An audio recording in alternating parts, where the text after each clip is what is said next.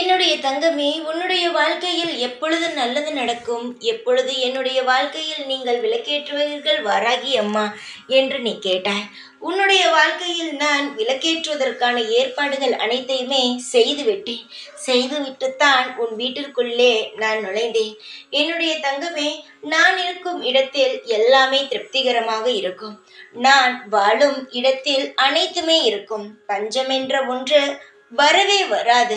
நீ இப்பொழுது வாழ்க்கையில் மிகவும் கஷ்டமான நிலைமையில் இருக்கிறாய்.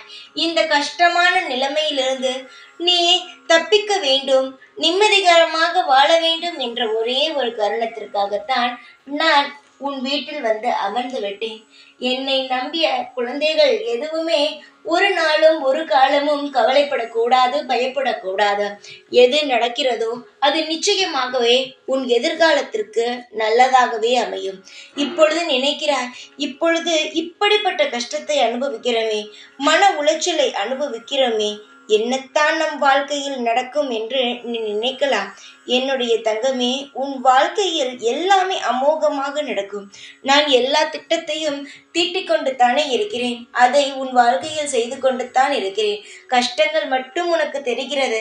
ஆனால் கஷ்டத்திற்கு பின்பு எவ்வளவு பெரிய சந்தோஷம் இருக்க போகிறது என்பது உனக்கு தெரியவே தெரியாது. சீக்கிரமாக அந்த சந்தோஷத்தை நீ புரிந்து கொள்வாய். சீக்கிரமாக உனக்கு அனைத்துமே நல்ல முறையில் நடத்தி உன்னை நான் 4 பேருக்கு மத்தியில் உன்னுடைய பேர் சொல்லும் வகையில் உன் வாழ்க்கையை வாழ வைப்பேன். நீயோ நிறைய முயற்சிகளை எடுத்து விட்டாய். அது எதுவுமே உனக்கு சாதகமாக அமையவில்லை என்ற வருத்தம் உனக்கு இருக்கிறது. நிச்சயமாகவே நீ செய்யும் அனைத்து விஷயமும் உனக்கு சாதகமாகவே அமையும். நீ நினைக்கிறாய், என்னவோ உன் வாழ்க்கை முடிந்து விட்டது என்று. இனிதான் உன் வாழ்க்கையோ துவங்க போகிறது. இனி பார், உனக்கு என்னென்ன தேவையோ அது சரியான நேரத்தில் கிடைக்கும். நீயும் உன் வாழ்க்கையில் மளமளவென்று வளர்ந்து 4 பேருக்கு முன் உன் பெயரை சொல்லி நீயும் நன்றாக வருவாய். கவலையின்றி இரு, உனக்கானது உனக்கு கிடைக்கும். இதில் எந்த ஒரு சந்தேகமும் கிடையாது.